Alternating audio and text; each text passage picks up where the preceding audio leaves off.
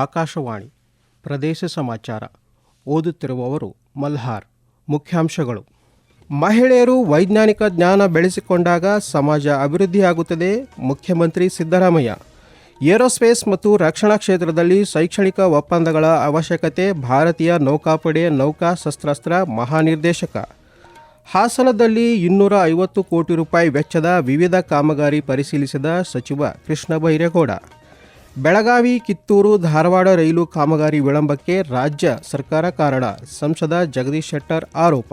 ಮಹಿಳೆಯರು 100% ಸಾಕ್ಷರತೆ ಸಾಧಿಸಲು ಅವರು ವೈಚಾರಿಕ ವೈಜ್ಞಾನಿಕ ಜ್ಞಾನ ಬೆಳೆಸಿಕೊಂಡಾಗ ಸಮಾಜ ಅಭಿವೃದ್ಧಿಯಾಗುತ್ತದೆ ಎಂದು ಮುಖ್ಯಮಂತ್ರಿ ಸಿದ್ದರಾಮಯ್ಯ ತಿಳಿಸಿದ್ದಾರೆ.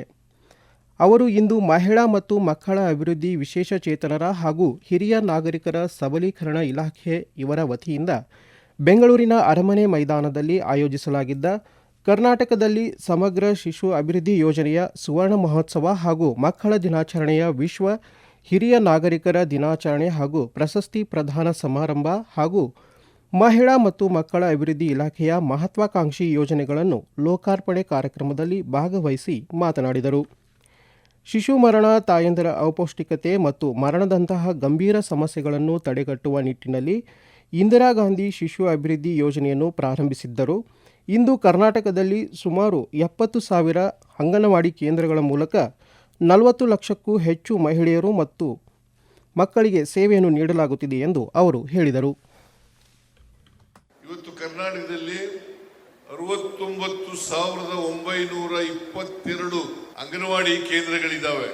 40 ಲಕ್ಷಕ್ಕೂ ಹೆಚ್ಚು ಮಹಿಳೆಯರು ಮತ್ತು ಮಕ್ಕಳು ಇದರ ಉಪಯೋಗವನ್ನ ಪಡ್ಕೊಳ್ತಕ್ಕಂಥ ಕೆಲಸವನ್ನ ಮಾಡ್ತಾ ಇದ್ದಾರೆ ಅಂತಕ್ಕಂಥ ಮಾತುಗಳನ್ನ ಹೇಳಲಿಕ್ಕೆ ಬಯಸ್ತಾ ಇದ್ದೇನೆ. ಏರೋಸ್ಪೇಸ್ ಮತ್ತು ರಕ್ಷಣಾ ಕ್ಷೇತ್ರದ ಜತೆಗೆ ಶೈಕ್ಷಣಿಕ ಒಪ್ಪಂದಕ್ಕೆ ಸಹಕಾರ ನೀಡಲು ನಾವು ಸಿದ್ಧರಿರುವುದಾಗಿ ಭಾರತೀಯ ನೌಕಾಪಡೆಯ ನೌಕಾ ಶಸ್ತ್ರಾಸ್ತ್ರ ಮಹಾನಿರ್ದೇಶಕ ಪ್ರಕಾಶ್ ಉಪಾಧ್ಯಾಯರು ಹೇಳಿದರು. ನಾಗರಭಾವಿಯಲ್ಲಿರುವ ವಿಶ್ವೇಶ್ವರಯ್ಯ ತಾಂತ್ರಿಕ ವಿಶ್ವವಿದ್ಯಾಲಯದ ಬೆಂಗಳೂರು ಪ್ರಾದೇಶಿಕ ಕಚೇರಿಗೆ ಭೇಟಿ ನೀಡಿ ಮಾತನಾಡಿದ ಅವರು, ಏರೋಸ್ಪೇಸ್ ಮತ್ತು ರಕ್ಷಣಾ ಕ್ಷೇತ್ರದಲ್ಲಿ ಶೈಕ್ಷಣಿಕ ಒಪ್ಪಂದಗಳ ಅವಶ್ಯಕತೆ ಇದೆ ಎಂದು ಅವರು ಹೇಳಿದರು. ವಿಟಿಯು ಸಂಶೋಧನೆ ಮತ್ತು ಅಭಿವೃದ್ಧಿ ಏರೋಸ್ಪೇಸ್ ಮತ್ತು ರಕ್ಷಣಾ ನಿರ್ದೇಶಕ ಡಾಕ್ಟರ್ ಕಮಾಂಡರ್ ದೇವೇಂದ್ರ ಸಿಂಗ್ ಮಾತನಾಡಿ, ಶೈಕ್ಷಣಿಕ ಮತ್ತು ರಕ್ಷಣಾ ಇಲಾಖೆಯ ಅಗತ್ಯವನ್ನು ಹೆಚ್ಚಿದ್ದು, ಇದಕ್ಕೆ ರಕ್ಷಣಾ ಇಲಾಖೆಯ ಸಹಕಾರ ಅತ್ಯಗತ್ಯವಾಗಿದೆ. ಇದಕ್ಕಾಗಿ ವಿಟಿಯು ಮತ್ತು ಭಾರತೀಯ ನೌಕಾಪಡೆಯ ನಡುವೆ ಅಧಿಕೃತ ಶೈಕ್ಷಣಿಕ ಒಪ್ಪಂದ ಅಗತ್ಯವಿದೆ ಎಂದರು. ಹಾಸನದ ಸರ್ಕಾರಿ ಇಂಜಿನಿಯರಿಂಗ್ ಕಾಲೇಜಿನ ಆವರಣದಲ್ಲಿ ಡಿಸೆಂಬರ್ 6ರಂದು ಮುಖ್ಯಮಂತ್ರಿ ಸಿದ್ದರಾಮಯ್ಯ ಸುಮಾರು 250 ಕೋಟಿ ರೂಪಾಯಿ ವೆಚ್ಚದ ವಿವಿಧ ಕಾಮಗಾರಿಗಳಿಗೆ ಚಾಲನೆ ನೀಡಲಿದ್ದು, ಈ ಹಿನ್ನೆಲೆಯಲ್ಲಿ ಜಿಲ್ಲಾ ಉಸ್ತುವಾರಿ ಸಚಿವ ಕೃಷ್ಣ ಬೈರೇಗೌಡ ಅವರು ಇಂದು ಸ್ಥಳ ಪರಿಶೀಲನೆ ನಡೆಸಿದರು. ಹಿಮ್ಸ್ ಸೂಪರ್ ಸ್ಪೆಷಾಲಿಟಿ ಆಸ್ಪತ್ರೆಗೆ 55 ಕೋಟಿ ಅನುದಾನದ ಕಾಮಗಾರಿ, ಚನ್ನರಾಯಪಟ್ಟಣಕ್ಕೆ 74 ಕೋಟಿ ರೂಪಾಯಿ ವೆಚ್ಚದ ನೀರಾವರಿ ಯೋಜನೆ, ಹಾಸನ ತಾಲೂಕು ಕಚೇರಿ, ಮೊರಾರ್ಜಿ ಶಾಲೆ ಸೇರಿದಂತೆ ಹಲವು ಕಾಮಗಾರಿಗಳನ್ನು ಮುಖ್ಯಮಂತ್ರಿ ಉದ್ಘಾಟಿಸಲಿದ್ದಾರೆ ಎಂದರು. Hassan institute of management studies ಏನಿದೆ ಅದರಲ್ಲಿ ಸುಮಾರು ಈಗ ಇತ್ತೀಚೆಗೆ ನಾವು ಒಂದು 55 ಕೋಟಿ ರೂಪಾಯಿ ಅದನ್ನ ಹಿಮ್ಸ್ ನ ಸೂಪರ್ ಸ್ಪೆಷಾಲಿಟಿ ಹಾಸ್ಪಿಟಲ್ ಅನ್ನ ಕಾರ್ಯರೂಪಕ್ಕೆ ತರೋದಕ್ಕೆ ಒಂದು 55 ಕೋಟಿ ರೂಪಾಯಿಯನ್ನ ನಾವು ಮಂಜೂರಾತಿ ಮಾಡಿಕೊಟ್ಟಿದ್ದೇವೆ. ಅದು ಒಂದು ಕಾಮಗಾರಿ. ಅದರ ಜೊತೆಗೆ ನೀರಾವರಿ ಇಲಾಖೆಯಿಂದ ಚನ್ನರಾಯಪಟ್ಟಣ ತಾಲೂಕಿನಲ್ಲಿ ಸುಮಾರು 74 ಕೋಟಿ ರೂಪಾಯಿನ ಯೋಜನೆಯನ್ನ ಮಂಜೂರು ಮಾಡಿದ್ದೇವೆ. ಅದು ಎರಡನೇದು. ಮೂರನೇದು ಕಂದಾಯ ಇಲಾಖೆಯಿಂದ ಹಾಸನದಲ್ಲಿ ಏನು ತಾಲೂಕು ಕಚೇರಿ ಬಹಳ ವರ್ಷಗಳ ನೆನಗುದಿಗೆ ಬಿದ್ದಿದ್ದನ್ನ ಈಗ ಸಂಪೂರ್ಣಗೊಳಿಸಿದ್ದೇವೆ. ಬೆಳಗಾವಿ, ಕಿತ್ತೂರು, ಧಾರವಾಡ ಮಾರ್ಗದ ರೈಲ್ವೆ ಕಾಮಗಾರಿಗೆ ಕೇಂದ್ರ 927 ಕೋಟಿ ರೂಪಾಯಿ ಅನುದಾನ ಬಿಡುಗಡೆ ಮಾಡಿದೆ. ಆದರೆ ಈ ಯೋಜನೆಗೆ ಸಂಬಂಧಿಸಿದಂತೆ ರಾಜ್ಯ ಸರ್ಕಾರ ಭೂ ಪರಿಹಾರ ನೀಡುವುದನ್ನು ಬಾಕಿ ಉಳಿಸಿಕೊಂಡ ಕಾರಣ ಕಾಮಗಾರಿ ವಿಳಂಬವಾಗುತ್ತಿದೆ ಎಂದು ಸಂಸದ ಜಗದೀಶ್ ಶೆಟ್ಟರ್ ಆರೋಪಿಸಿದ್ದಾರೆ. ಬೆಳಗಾವಿಯಲ್ಲಿಂದು ಸುದ್ದಿಗಾರರೊಂದಿಗೆ ಮಾತನಾಡಿದ ಅವರು, ಘನತ್ಯಾಜ್ಯ ವಿಲೇವಾರಿ ಯೋಜನೆಗೆ 135 ಕೋಟಿ ರೂಪಾಯಿ ಮಂಜೂರಾಗಿದ್ದರೂ ಯೋಜನೆಯು ಅನುಷ್ಠಾನಗೊಳ್ಳಲು ವಿಫಲವಾಗಿದೆ. ಅಮೃತ ಯೋಜನೆಯಡಿ ಬೆಳಗಾವಿ ತಾಲೂಕಿನ ಹಲಗಾ ಗ್ರಾಮದಲ್ಲಿ 70 ಲಕ್ಷ ಲೀಟರ್ ಸಾಮರ್ಥ್ಯದ ನೀರಿನ ಟ್ಯಾಂಕ್ ನಿರ್ಮಾಣ ಕೂಡ ಅರ್ಧಕ್ಕೆ ನಿಂತಿದೆ. ರಾಜ್ಯದಲ್ಲಿ ಆಡಳಿತ ವ್ಯವಸ್ಥೆ ಕುಸಿದು ಹೋಗಿದೆ.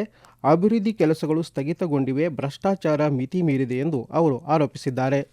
ಪ್ರದೇಶ ಸಮಾಚಾರ ಕೇಳುತ್ತಿದ್ದೀರಿ.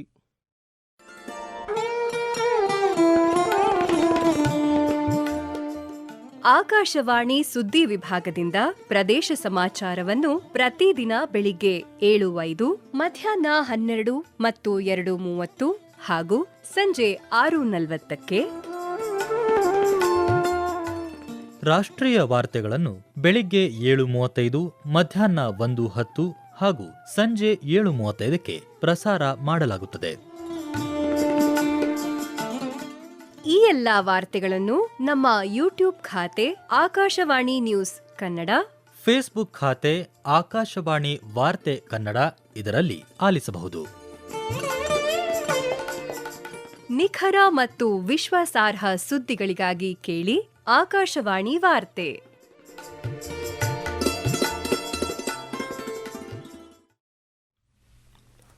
12ನೇ ಶತಮಾನದ ಶರಣರು ಸಾರಿದ ಸಿದ್ಧಾಂತವು ಮಾನವ ಸಿದ್ಧಾಂತ, ಕಾಯಕ ತತ್ವ, ಸಮಾನತೆ, ತನುಶುದ್ಧ, ಮನಶುದ್ಧ ಗುಣಗಳ ತತ್ವ ಸಂದೇಶದ ಶರಣರ ಅನುಭವ ಮಂಟಪ 21ನೇ ಶತಮಾನದಲ್ಲಿ ಮಾನವರು ಶಾಂತಿ, ಸೌಹಾರ್ದತೆಯಿಂದ ಬಾಳಲು ಮಾರ್ಗದರ್ಶನ ನೀಡಿರುವ ಸಿದ್ಧಾಂತವಾಗಿದೆ ಎಂದು ಸಿದ್ಧಗಂಗಾ ಮಠದ ಶಿವಸಿದ್ದೇಶ್ವರ ಸ್ವಾಮೀಜಿ ಹೇಳಿದ್ದಾರೆ. ಅಖಿಲ ಭಾರತ ವೀರಶೈವ ಮಹಾಸಭಾದ ರಾಜ್ಯ ಘಟಕದಿಂದ ನಡೆದ ಆನ್ಲೈನ್ ಅನುಭವ ಮಂಟಪ ಎಂಬ ವೆಬ್ಸೈಟ್ಗೆ ಚಾಲನೆ ನೀಡಿ ಮಾತನಾಡಿದರು. ಕಾರ್ಯಕ್ರಮದಲ್ಲಿ ಮಹಾಸಭಾದ ಪ್ರಧಾನ ಕಾರ್ಯದರ್ಶಿ ಹಾಗೂ ಅರಣ್ಯ ಸಚಿವ ಈಶ್ವರ ಬಿ ಖಂಡ್ರೆ, ರಾಜ್ಯಾಧ್ಯಕ್ಷ ಶಂಕರ ಬಿದ್ರಿ, ಜಿಲ್ಲಾಧ್ಯಕ್ಷ ಡಾಕ್ಟರ್ ಎಸ್ ಪರಮೇಶ್ ಸೇರಿದಂತೆ ಇತರರಿದ್ದರು. ನಾರ್ಕೋಟಿಕ್ ಡ್ರಗ್ಸ್ ಹಾಗೂ ಮಾದಕ ವಸ್ತುಗಳ ಮಾರಾಟ ಹಾಗೂ ಸೇವನೆಯ ಜಾಲ ದಿನದಿಂದ ದಿನಕ್ಕೆ ಹೆಚ್ಚಾಗಿ ಬೆಳೆಯುತ್ತಿದ್ದು, ಮಾದಕ ವಸ್ತುಗಳ ಸರಬರಾಜನ್ನು ತಡೆಗಟ್ಟಲು ಹಾಗೂ ಮಾದಕ ವಸ್ತುಗಳ ಮುಕ್ತ ಜಿಲ್ಲೆಯನ್ನಾಗಿ ಮಾಡಲು ಎಲ್ಲ ಜಿಲ್ಲಾಧಿಕಾರಿಗಳು ಕೈಜೋಡಿಸಬೇಕು ಎಂದು ಮೈಸೂರಿನ ಹೆಚ್ಚುವರಿ ಪೊಲೀಸ್ ಅಧೀಕ್ಷಕ ನಾಗೇಶ್ ಅವರು ಹೇಳಿದರು. ಇಂದು ಜಿಲ್ಲಾಧಿಕಾರಿಗಳ ಕಚೇರಿಯ ಸಭಾಂಗಣದಲ್ಲಿ ಹಮ್ಮಿಕೊಳ್ಳಲಾಗಿದ್ದ ನಾರ್ಕೋ ಸಮನ್ವಯ ಕೇಂದ್ರದ ಜಿಲ್ಲಾ ಮಟ್ಟದ ಜಿಲ್ಲಾ ಕಮಿಟಿಯ ಸಭೆಯ ಅಧ್ಯಕ್ಷತೆಯನ್ನು ವಹಿಸಿ ಅವರು ಮಾತನಾಡಿದರು. ಕ್ರೀಡೆಯಲ್ಲಿ ಸೋಲು ಗೆಲುವು ಸಾಮಾನ್ಯ, ಆದ್ದರಿಂದ ಸೋಲು ಮತ್ತು ಗೆಲುವನ್ನು ಸಮಾನವಾಗಿ ಸ್ವೀಕರಿಸಿ ವಿವಿಧ ಕ್ರೀಡಾ ಸ್ಪರ್ಧೆಯಲ್ಲಿ ಪಾಲ್ಗೊಳ್ಳುವಂತಾಗಬೇಕು ಎಂದು ಮಡಿಕೇರಿ ಶಾಸಕರಾದ ಡಾಕ್ಟರ್ ಮಂಥರಗೌಡ ಅವರು ತಿಳಿಸಿದ್ದಾರೆ. ರಾಜ್ಯ ಪದವಿ ಪೂರ್ವ ಶಾಲಾ ಶಿಕ್ಷಣ ಇಲಾಖೆ ವತಿಯಿಂದ ಮಡಿಕೇರಿಯ ನಗರದ ಜನರಲ್ ತಿಮ್ಮಯ್ಯ ಒಳಾಂಗಣ ಕ್ರೀಡಾಂಗಣದಲ್ಲಿಂದು ನಡೆದ ರಾಜ್ಯ ಮಟ್ಟದ ಪದವಿ ಪೂರ್ವ ಕಾಲೇಜು ಬಾಲಕರ ಮತ್ತು ಬಾಲಕಿಯರ ಶಟಲ್ ಬ್ಯಾಡ್ಮಿಂಟನ್ ಪಂದ್ಯಾವಳಿಯನ್ನು ಉದ್ಘಾಟಿಸಿ ಅವರು ಮಾತನಾಡಿದರು. ತುಮಕೂರು ಜಿಲ್ಲೆಯಲ್ಲಿ ಕರ್ನಾಟಕ ಆಗ್ನೇಯ ಪದವೀಧರ ಕ್ಷೇತ್ರ ಚುನಾವಣೆಗೆ ಸಂಬಂಧಿಸಿದಂತೆ ಮತದಾರರ ಪಟ್ಟಿಗೆ ಒಟ್ಟು 40,051 ಹೊಸ ಮತದಾರರು ಸೇರ್ಪಡೆಯಾಗಿದ್ದಾರೆ ಎಂದು ಜಿಲ್ಲಾಧಿಕಾರಿ ಶುಭಾ ಕಲ್ಯಾಣ್ ತಿಳಿಸಿದ್ದಾರೆ. ಈ ಕರಡು ಪಟ್ಟಿಯಲ್ಲಿ ಸೇರ್ಪಡೆ ಹಾಗೂ ತಿರಸ್ಕೃತವಾಗಿರುವ ಪದವೀಧರರ ಅರ್ಜಿಗಳನ್ನು ಪುನಃ ಪರಿಶೀಲಿಸಲು ಅವಕಾಶ ಕಲ್ಪಿಸಲಾಗಿದ್ದು, ಯಾವುದೇ ಮಾಹಿತಿ ತಿದ್ದುಪಡಿ ಅಥವಾ ಪೂರಕ ದಾಖಲೆಗಳ ತಿದ್ದುಪಡಿ ಮಾಡಿಸಲು ಹಾಗೂ ಹೊಸದಾಗಿ ನೋಂದಾಯಿಸಿಕೊಳ್ಳಲು ಡಿಸೆಂಬರ್ 10ರವರೆಗೆ ಕಾಲಾವಕಾಶ ನೀಡಲಾಗಿದೆ ಎಂದು ತಿಳಿಸಿದ್ದಾರೆ. ರಾಷ್ಟ್ರೀಯ ಹೆದ್ದಾರಿ ಯೋಜನೆಯಡಿ ಆಂಧ್ರಪ್ರದೇಶ ಗುತ್ತಿ ಮತ್ತು ಕರ್ನಾಟಕದ ಅಂಕೋಲಾ ನಡುವಿನ ರಾಷ್ಟ್ರೀಯ ಹೆದ್ದಾರಿ 63ಕ್ಕೆ ಬಳ್ಳಾರಿ ನಗರದ ಬಳಿ ಕೇಂದ್ರ ಸರ್ಕಾರದ ರಾಷ್ಟ್ರೀಯ ಹೆದ್ದಾರಿ ಪ್ರಾಧಿಕಾರದಿಂದ ನಿರ್ಮಿಸಿರುವ ಬೈಪಾಸ್ ರಸ್ತೆಯನ್ನು ಇಂದು ಲೋಕಸಭಾ ಸದಸ್ಯ ಇ ತುಕಾರಾಂ ವಾಹನ ಸಂಚಾರಕ್ಕೆ ಮುಕ್ತಗೊಳಿಸಿದರು. ಕೇಂದ್ರ ಸರ್ಕಾರದ ಮಹತ್ವಾಕಾಂಕ್ಷೆಯ ಮಹಾತ್ಮ ಗಾಂಧಿ ರಾಷ್ಟ್ರೀಯ ಗ್ರಾಮೀಣ ಉದ್ಯೋಗ ಖಾತ್ರಿ ಯೋಜನೆಯಡಿ ದಾವಣಗೆರೆ ಜಿಲ್ಲೆ ಹರಿಹರ ತಾಲೂಕಿನ ತೋಟಗಾರಿಕೆ ಇಲಾಖೆ ವತಿಯಿಂದ ಪ್ರಸಕ್ತ ಸಾಲಿಗೆ ಹೊಸದಾಗಿ ತೋಟಗಾರಿಕೆ ಬೆಳೆಗಳನ್ನು ಬೆಳೆಯಲು ಇಚ್ಛಿಸುವ ರೈತರಿಗೆ ಸಹಾಯಧನ ನೀಡಲಾಗುತ್ತಿದ್ದು, ಆಸಕ್ತ ರೈತರು ಇದರ ಸದುಪಯೋಗ ಪಡೆದುಕೊಳ್ಳಲು ತೋಟಗಾರಿಕಾ ಇಲಾಖೆ ಸಹಾಯಕ ನಿರ್ದೇಶಕರು ತಿಳಿಸಿದ್ದಾರೆ. ಈಗ ಕೊನೆಯಲ್ಲಿ ಮತ್ತೊಮ್ಮೆ ಮುಖ್ಯಾಂಶಗಳು. ಮಹಿಳೆಯರು ವೈಜ್ಞಾನಿಕ ಜ್ಞಾನ ಬೆಳೆಸಿಕೊಂಡಾಗ ಸಮಾಜ ಅಭಿವೃದ್ಧಿಯಾಗುತ್ತದೆ, ಮುಖ್ಯಮಂತ್ರಿ ಸಿದ್ದರಾಮಯ್ಯ. ಏರೋಸ್ಪೇಸ್ ಮತ್ತು ರಕ್ಷಣಾ ಕ್ಷೇತ್ರದಲ್ಲಿ ಶೈಕ್ಷಣಿಕ ಒಪ್ಪಂದಗಳ ಅವಶ್ಯಕತೆ, ಭಾರತೀಯ ನೌಕಾಪಡೆ ನೌಕಾ ಶಸ್ತ್ರಾಸ್ತ್ರ ಮಹಾನಿರ್ದೇಶಕ. ಹಾಸನದಲ್ಲಿ 250 ಕೋಟಿ ರೂಪಾಯಿ ವೆಚ್ಚದ ವಿವಿಧ ಕಾಮಗಾರಿ ಪರಿಶೀಲಿಸಿದ ಸಚಿವ ಕೃಷ್ಣ ಬೈರೇಗೌಡ. ಬೆಳಗಾವಿ, ಕಿತ್ತೂರು, ಧಾರವಾಡ ರೈಲು ಕಾಮಗಾರಿ ವಿಳಂಬಕ್ಕೆ ರಾಜ್ಯ ಸರ್ಕಾರ ಕಾರಣ, ಸಂಸದ ಜಗದೀಶ್ ಶೆಟ್ಟರ್ ಆರೋಪ. ಇಲ್ಲಿಗೆ ವಾರ್ತಾ ಪ್ರಸಾರ ಮುಕ್ತಾಯವಾಯಿತು. ನಮ್ಮ ಮುಂದಿನ ವಾರ್ತಾ ಪ್ರಸಾರ 7:35ಕ್ಕೆ.